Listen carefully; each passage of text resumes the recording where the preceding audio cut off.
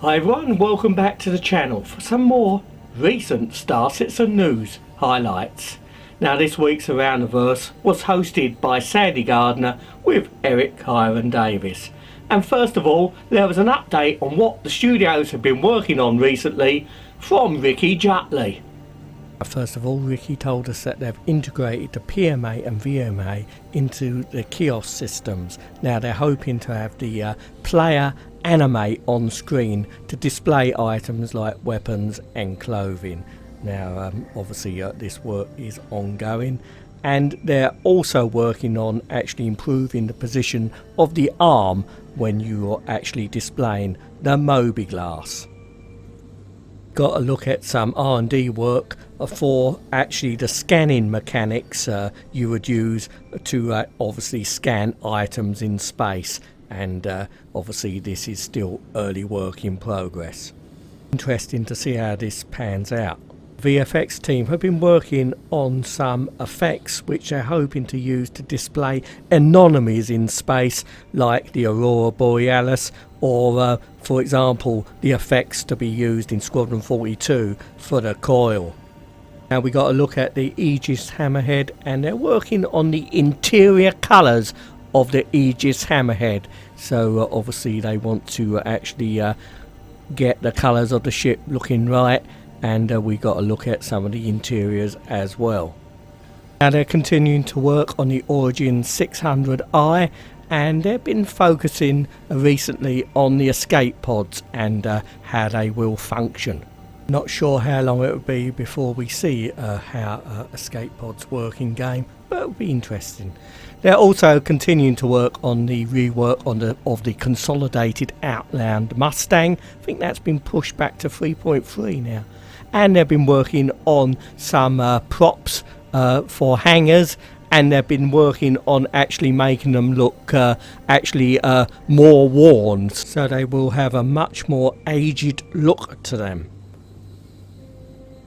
Got a look at some work being done for modular cables.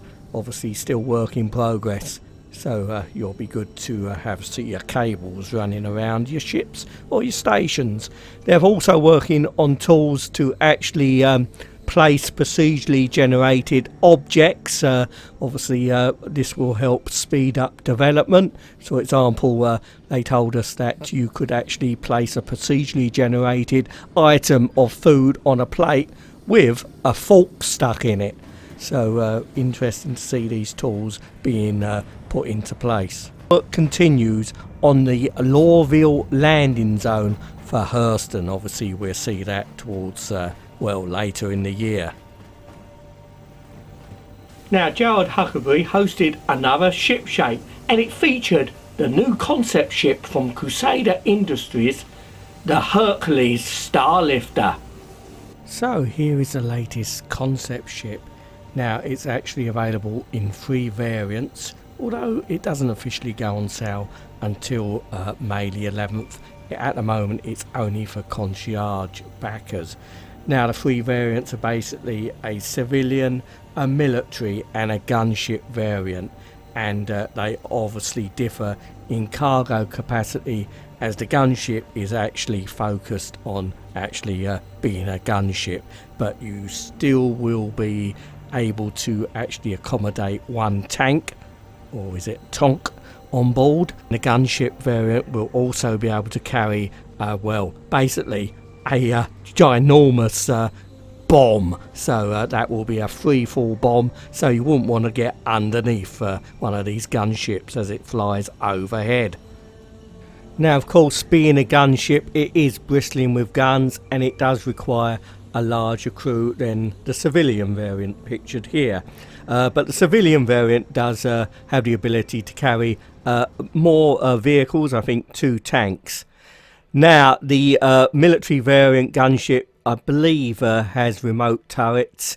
As you can see, we've got the flight deck here, and I believe the civilian variants have got 3 crew members, and that probably goes for the military cargo variant as well. But do check out the FAQs, because information on this ship is fairly light at the moment. We've only had what they said in reverse to verse and around the verse.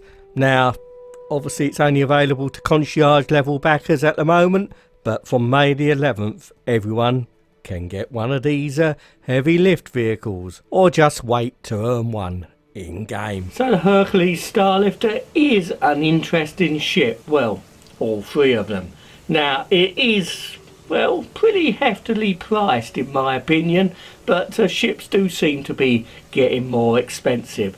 Now at the moment it is only available to concierge level backers, and if you want LTI, well, you have to pay the cash up front.